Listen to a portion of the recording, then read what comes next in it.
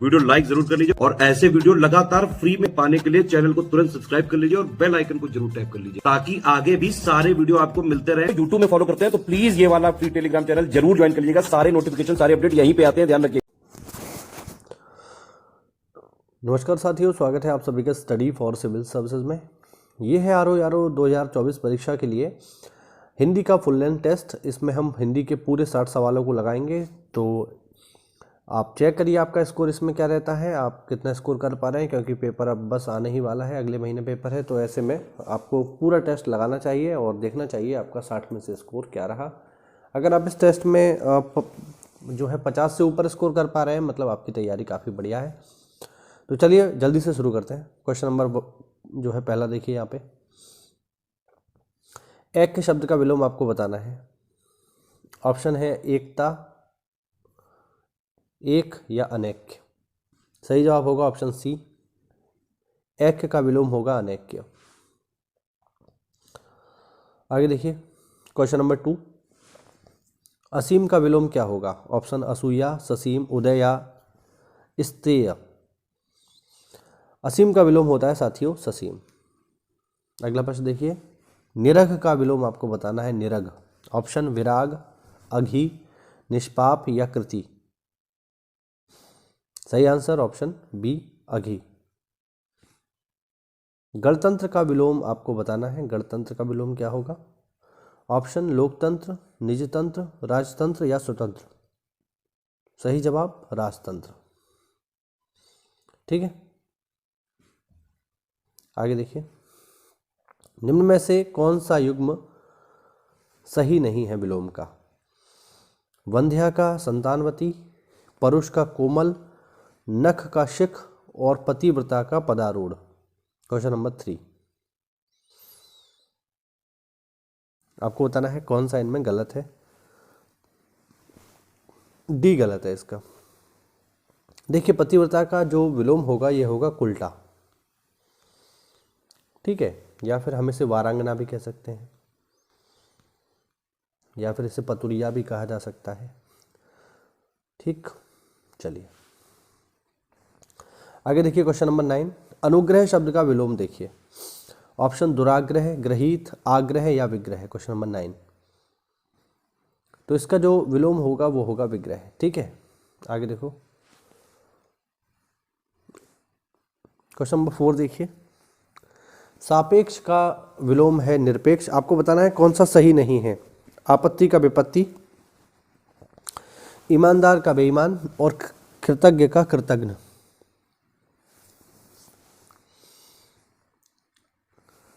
Option B बिल्कुल इसका सही होगा, ध्यान रखना। देखिए आपत्ति और विपत्ति तो एक ही बात हो गई ना, ये पूछ रहा है कौन सा सही नहीं है, तो आपत्ति का विपत्ति नहीं होता, आपत्ति का विलोम होता है संपत्ति। क्वेश्चन नंबर 10 देखिए, हिरास शब्द का विलोम है। क्वेश्चन नंबर 10, तो इसका जो सही जवाब होगा वो होगा वृद्धि। ये हिरास है, हास नहीं है, ध्यान रखना, हास नहीं है, ये हिरास है। हिरास माने कमी, तो कमी का विलोम क्या होगा, वृद्धि।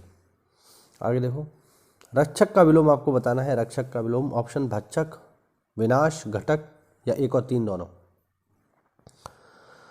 तो रक्षक का विलोम होता है साथियों भक्षक, याद रखना। अगला है, वर्तनी की दृष्टि से शुद्ध शब्द का चयन करिए। अनुग्रहित, मतलब ये सब अनुग्रहित ही लिखे हैं, लेकिन अनुग्रहित कैसे लिखा जाएगा ये आपको बताना है। क्वेश्चन नंबर 11, तो अनुग्रहित की सही वर्तनी होती है ऑप्शन बी, याद रखना। अनुग्रहित ऐसे ही लिखा जाता है, अनुग्रहित। ठीक है, यानी गा के नीचे इस तरह का रा उड़ेगा। आगे देखो, सरल शब्द का विलोम नहीं है। सरल शब्द का विलोम नहीं है, ये आपको बताना है। वक्र, कुटिल, विरल या कठिन। सही जवाब है इसका विरल। ठीक है, आगे देखो, वर्तनी की दृष्टि से अशुद्ध शब्द है यानी, यानी, सूची या शुष्क। सही जवाब है यानी। ठीक है, यानी जो है ये गलत लिखा हुआ है, इसका होगा यानी, ये होगा। ठीक है, तो अशुद्ध शब्द है ये, बाकी सब सही लिखे हैं। आगे देखो, एक नंबर से चलेंगे। क्वेश्चन नंबर 13 देखिए, शुद्ध वर्तनी वाला शब्द आपको बताना है। अंताक्षरी लिखा है, अब यहाँ पे आपको बताना है अंताक्षरी कैसे लिखा जाएगा। तो देखिए इसका सही जवाब है ऑप्शन सी, अंत्याक्षरी इस तरीके से लिखा जाता है। क्वेश्चन नंबर 14 देखिए, शुद्ध वर्तनी आपको बतानी है उपर्युक्त की। क्वेश्चन नंबर 14 में शुद्ध वर्तनी वाला शब्द है उपर्युक्त, ठीक है, याद रखना ऑप्शन डी। 15 देखिए, अशुद्ध वर्तनी निम्नलिखित में से एक की वर्तनी अशुद्ध है, कौन सी है, ये आपको बताना है। प्रश्न नंबर 15, इसमें जो अशुद्ध वर्तनी है वो है शुश्रूषा, ठीक है। इसका जो सही वर्तनी होता है वो ये होता है शुश्रूषा। वेशभूषा सही लिखा है, मनीषा सही लिखा है, बट शुश्रूषा गलत लिखा है, ठीक है, याद रखना। क्वेश्चन नंबर 16 देखिए, अशुद्ध वाक्य का चयन करना है, गलत लिखा हुआ है। प्रश्न नंबर 16 देखो, हम सबकी स्थितियां एक जैसी हैं। लड़की को बहुत दर्द हो रही थी, पेड़ पर बंदर बैठा है, गौतम बुद्ध ने पाली भाषा में उपदेश दिए थे। क्वेश्चन नंबर 16 का आपको बताना है गलत कौन सा है। तो गलत है बी, लड़की को बहुत दर्द हो रहा था, हो रही थी नहीं, ये गलत होगा। प्रश्न नंबर 17 देखिए, आप मुझ पर मेहरबानी करें, अशुद्ध वाक्य आपको चयन करना है। प्रश्न नंबर 17 में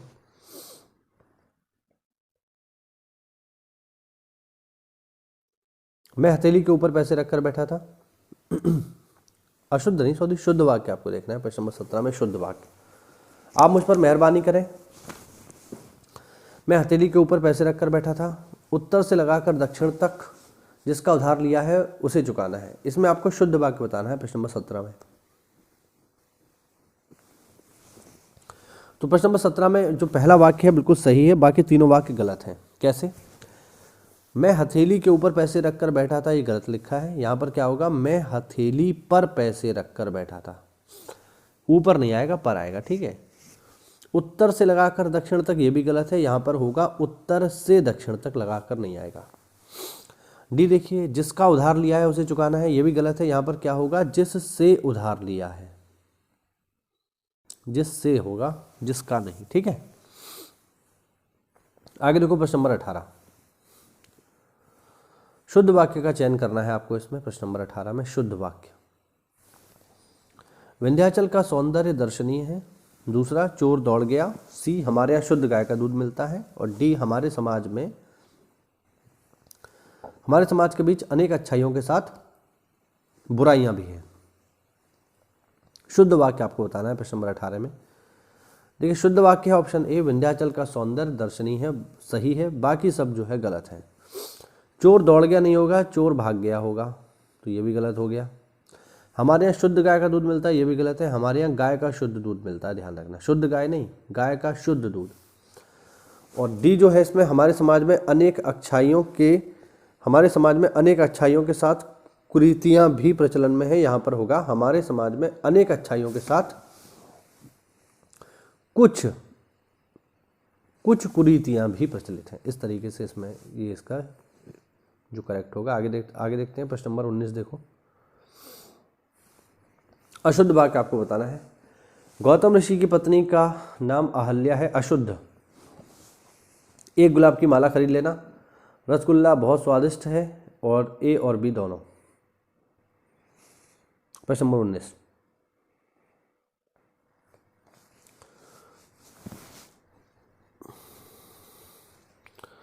तो देखो अगर हम इसमें देखें कौन सा गलत है, तो देखो ये भी गलत है। एक गुलाब की माला थोड़ी होती है, गुलाब की एक माला होगा, बात समझ रहे हो ना।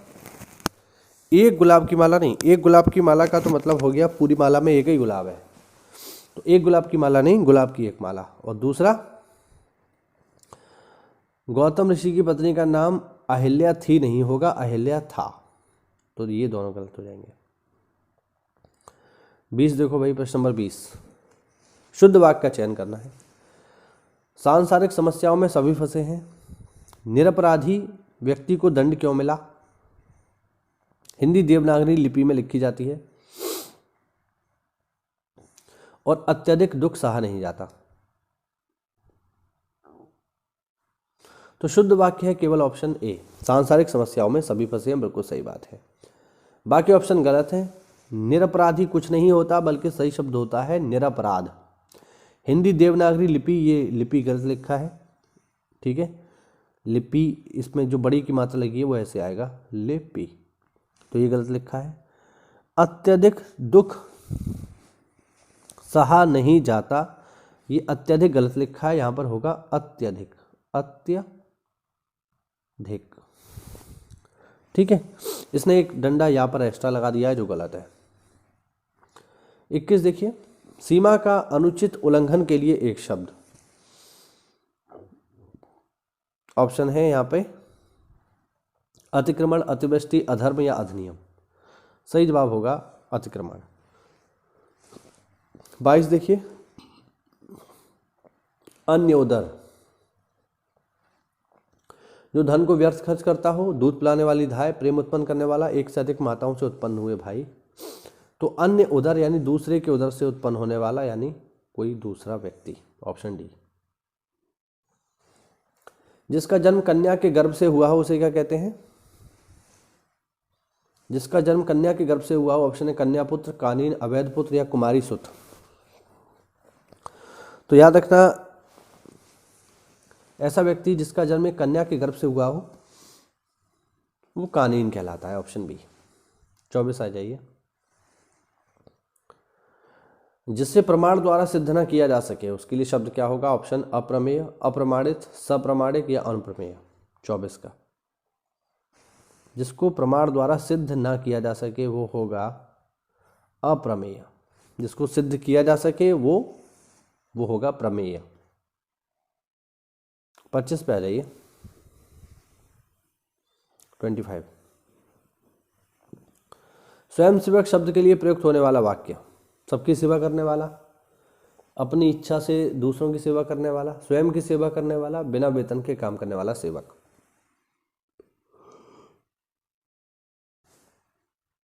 सही जवाब होगा इसका ऑप्शन बी, अपनी इच्छा से दूसरों की सेवा करने वाला।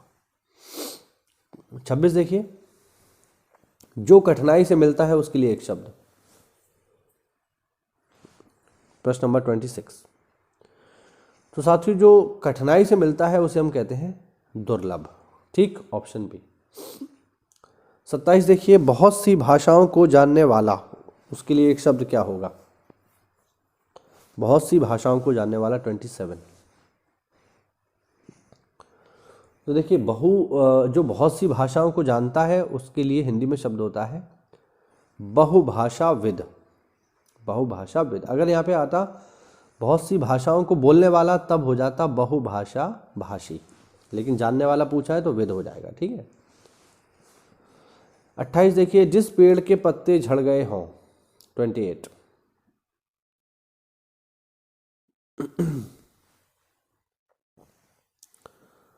तो जिस पेड़ के पत्ते झड़ गए हों उसके लिए सही शब्द होता है अपत, बिना पत्ते का, ठीक है, याद रखना। 29 देखिए, जिसका मन व ध्यान दूसरी तरफ हो उसके लिए एक शब्द कौन सा होगा? मनन, बेध्यान, अन्य मनस्क या मनवा। 29 देखिए,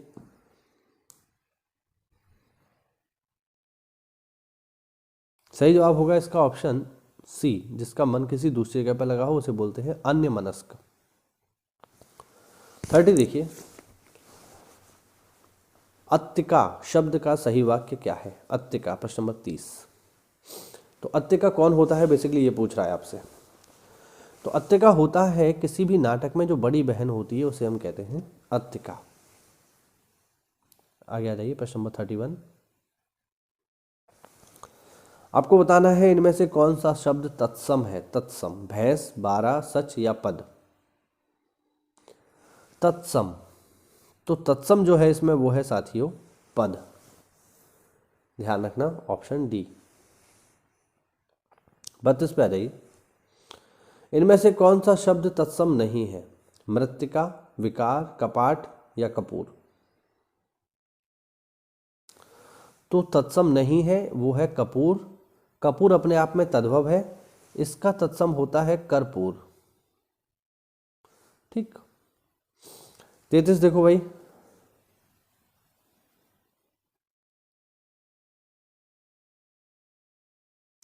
33 देखिए, तद्भव तत्सम शब्दों के युग में कौन गलत है? देखिए,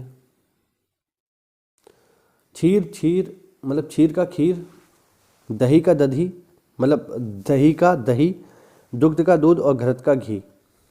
33। तो जो गलत है वो है इसमें ऑप्शन बी, ये गलत है। ठीक, आगे देखिए 34, देवर का तत्सम है, देवर।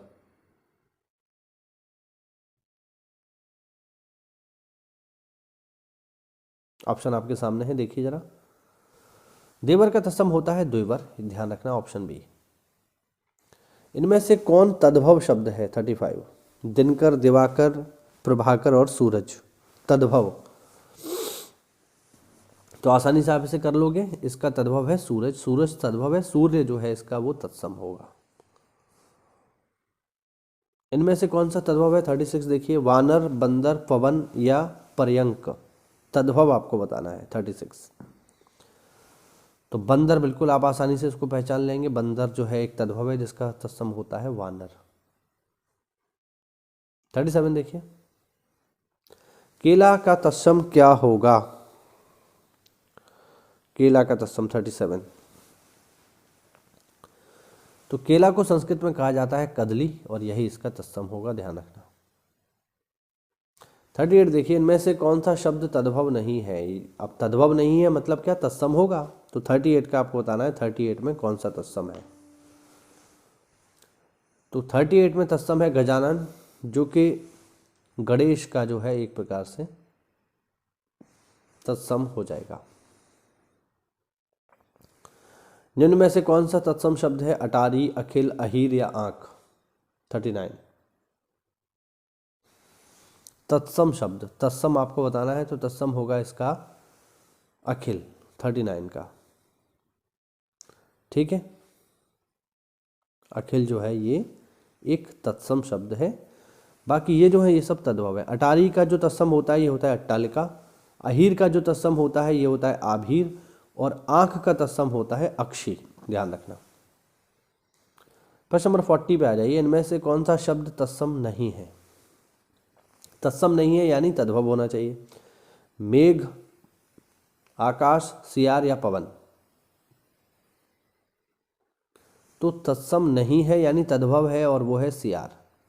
सियार अपने आप में तद्भव है, इसका तत्सम होता है श्रृंगाल, ध्यान रखना। इसका तत्सम क्या होता है? श्रृंगाल।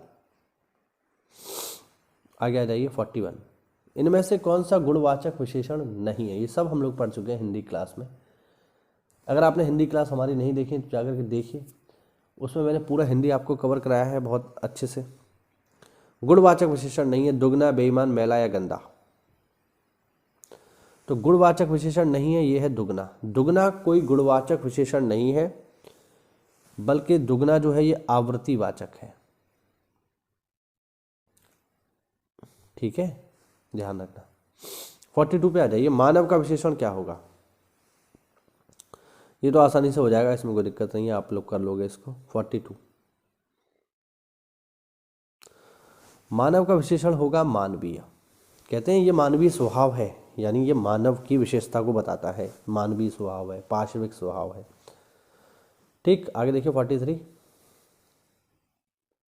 इनमें से कौन सा एक विशेष्य शब्द है? विशेष्य, रामलला, सीताराम, बुद्धिमती स्त्री या रमापति। 43,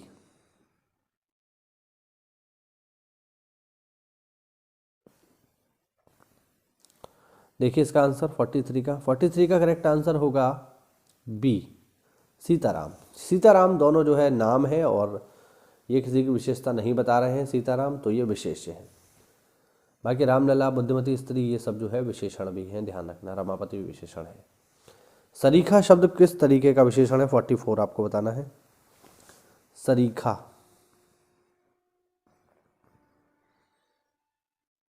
क्रमवाचक, समुदायवाचक, परिमाणवाचक या गुणवाचक।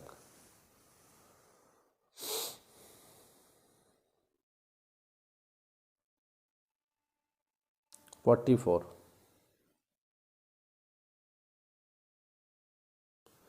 तो सरीखा का जो सही विशेषण होगा ये होगा समुदायवाचक, याद रखना।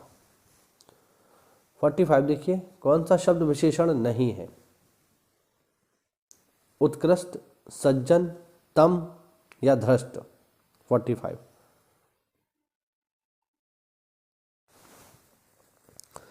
तो विशेषण नहीं है कौन सा? तम। तम कोई विशेषण नहीं है भाई। तम क्या है? तम मतलब होता है अंधकार, और ये अपने आप में संज्ञा है, विशेषण नहीं है।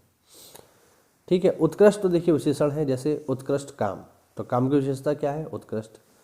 सज्जन, राम सज्जन है तो राम की विशेषता क्या हो गई? सज्जन, ये भी विशेषण हो गया। धृष्ट, रावण धृष्ट है तो रावण की विशेषता क्या हो गई? धृष्ट हो गई। ये सब विशेषण है, बट तम अपने आप में कोई विशेषण नहीं है, संज्ञा है। 46 देखिए, बड़ा कारखाना, छोटा बेटा और नीले कबूतर में विशेष्य कौन कौन से पद हैं? ठीक, तो बहुत आसानी से आप लोग इसे कर ले जाएंगे। खैर इजी है। देखो, कारखाने की विशेषता क्या है? बड़ा। बेटा कैसा है? छोटा। और कबूतर कैसा है? नीला। तो नीला, छोटा और बड़ा, ये हो गए विशेषण। और कारखाना, कारखाना, कारखाना, बेटा और कबूतर, ये हो गए विशेष्य। विशेष्य ही पूछ रहा है, ऑप्शन सी इज करेक्ट। 47 पे आ जाओ। यह गाय अधिक दूध देती है, उपयुक्त वाक्य में अधिक किसकी विशेषता बता रहा है? दूध की विशेषता बता रहा है, गाय की विशेषता बता रहा है, देने की विशेषता बता रहा है, या किसी की नहीं? 47। तो अधिक क्या है? दूध है कि गाय है? भाई दूध है ना अधिक, तो दूध की विशेषता होगी। गाय मत लगा देना। मोहन एक अच्छा विद्यार्थी है, इसमें विशेष्य क्या है? विद्यार्थी कैसा है? अच्छा। विद्यार्थी की विशेषता है अच्छा, मोहन तो संज्ञा है भाई, ध्यान रखना।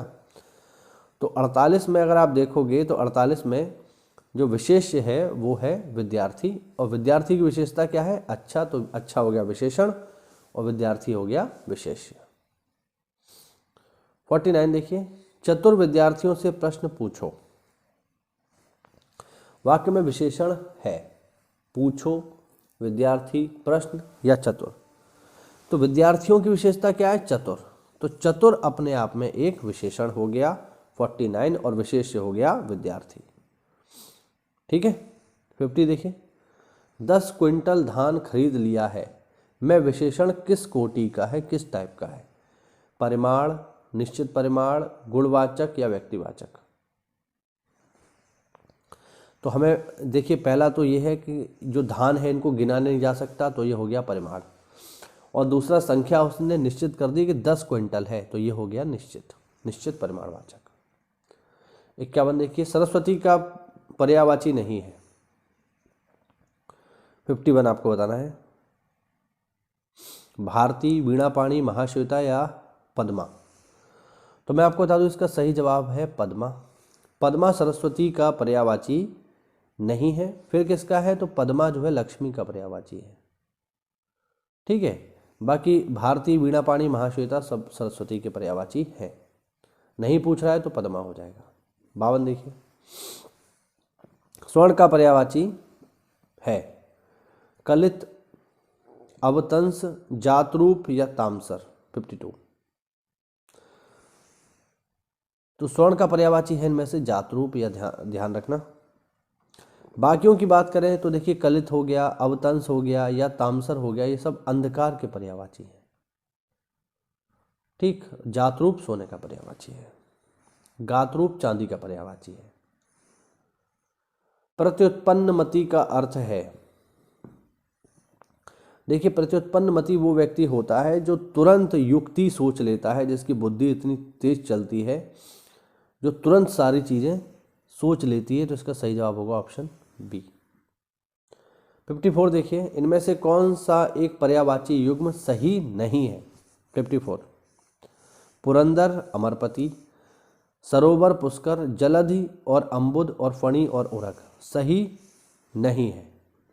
देखो, पुरंदर, अमरपति इंद्र के पर्यायवाची हैं, बिल्कुल सही है। सरोवर, पुष्कर तालाब के पर्यायवाची हैं, बिल्कुल सही है। फणी और उरग सांप के पर्यायवाची हैं, बिल्कुल सही है। लेकिन जलधि और अम्बुध ये जो है गलत है। देखिए जलधि का मतलब होता है समुद्र, जलधि का मतलब क्या है समुद्र, और अम्बुध का मतलब है बादल, तो ये सेम काम हुए, तो अलग अलग हो गए। तो ऑप्शन सी बिल्कुल इसका सही जवाब है। 55 देखेंगे हम लोग, चलिए 55। जीव का पर्याय क्या होगा? वचन, रसना, ध्वनि या जीव? तो ध्यान रखना जीव का पर्यायवाची होता है रसना। 55 का ऑप्शन बी। 56 देखिए, दिए गए शब्दों में से भिन्न अर्थ देने वाला शब्द कौन सा है? अनल, पवन, समीर या मारुत? 56। तो देखो ये जो तीनों हैं, मारुत, समीर और पवन, ये सब हवा के पर्यायवाची हैं, लेकिन अनल जो है हवा का पर्यायवाची नहीं है, ये अग्नि का पर्यायवाची है, आग का। तो 56 का हो जाएगा ऑप्शन ए। 57 देखिए, छपाकर का पर्यायवाची बताइए। निशाकर, रजनीचर, दिवाकर या प्रभाकर? 57। देखिए छपाकर जो पर्यायवाची है ये है चंद्रमा का, ध्यान रखना, ठीक है। और इसका अब चंद्रमा तो ऑप्शन में है नहीं, तो इसका जो अन्य जो पर्यायवाची है वो है निशाकर। तो ऑप्शन ए इसका बिल्कुल करेक्ट हो जाएगा। आगे देखिए 58। षटपद किसका पर्यायवाची है? षटपद, तो देखो भैया षटपद जो पर्यायवाची है ये होता है भंवरे का, भंवरा मतलब भ्रमर। तो ऑप्शन सी बिल्कुल इसका करेक्ट है। ठीक, आगे देखो 59। दर्प का पर्यायवाची शब्द नहीं है। दर्प मतलब होता है घमंड, अहंकार, तो ये भी है, दंभ भी है और अहंकार भी है, ये सभी है। एक इसमें ऐसा है जो नहीं है और वो है तिरस्कार, यही सही हो जाएगा। और लास्ट प्रश्न हमारी सीरीज का, शंकर शब्द का पर्यायवाची नहीं है। ऑप्शन है ललाटाक्ष, गंगाधर, त्रिलोचन और शशधर। तो बिल्कुल ललाटाक्ष शंकर का पर्यायवाची है। गंगाधर क्योंकि गंगा को धारण करते हैं, ये भी है। त्रिलोचन, लोचन मतलब आंख, तीन मतलब तीन, तीन आंख हैं, बिल्कुल सही बात है, बीच की आंख भी है एक। और चौथा है इसमें शशधर। ध्यान रखना भैया, शशधर जो है शंकर का पर्यायवाची नहीं है, भगवान शिव का पर्यायवाची नहीं है, बल्कि शशधर जो है साथियों ये चंद्रमा यानी चांद का पर्यायवाची है। और यहाँ पर क्या पूछ रहा है? यहाँ पर पूछ रहा है शंकर का पर्यायवाची नहीं है, तो इसका सही जवाब होगा शशधर, क्योंकि शशधर चंद्रमा या चांद का पर्यायवाची है। इसी के साथ ये सीरीज हुई हमारी समाप्त 60 प्रश्नों की। इजी है, पेपर में अगर आप इसे करने बैठोगे तो 15 से 20 मिनट में ही आप इसे उड़ा डालोगे, अगर आपकी सही से हिंदी तैयार है तो। वरना पेपर में आपको 1 घंटे का समय मिलेगा, बहुत आसानी से हो जाता है। मैंने जब इसको किया था तो मैंने तो जो है मैं समझता हूँ 30-35 मिनट में ही पूरे सवाल कर लिए थे, है ना। हो जाते हैं आसानी से क्योंकि इतना मुश्किल नहीं है, तो आप भी आसानी से कर सकते हो। अब आप मुझे कमेंट करके बताना कि 60 में से आपका स्कोर इसमें कितना रहा। अगर 50 के ऊपर है आपका स्कोर तो मतलब आपकी तैयारी ठीक ठाक है, और 55 से भी ऊपर है मतलब आपकी तैयारी पक्की है, आपको हिंदी में कोई दिक्कत नहीं है, बस जीएस थोड़ा देखने की ज़रूरत है। ठीक है, तो कमेंट जरूर करिएगा। मिलते हैं अगली क्लास में, तब तक के लिए जय हिंद, जय भारत, वंदे मातरम।